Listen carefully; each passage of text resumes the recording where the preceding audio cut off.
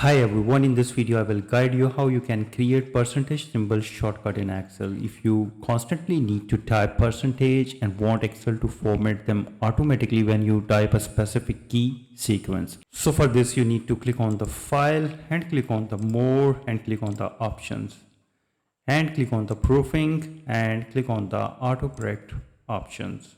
And in the replace box you need to type a shortcut. For example, type percentage, and in the width box you need to type the percentage symbol, press shift plus 5 and click add and click OK to proceed and click OK.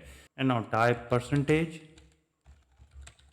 press the space bar, it will automatically convert to the percent symbol like in the 900. And now type percentage and press enter, it will convert to the percentage symbol. If you think this video is helpful, please support my channel. Thanks for watching.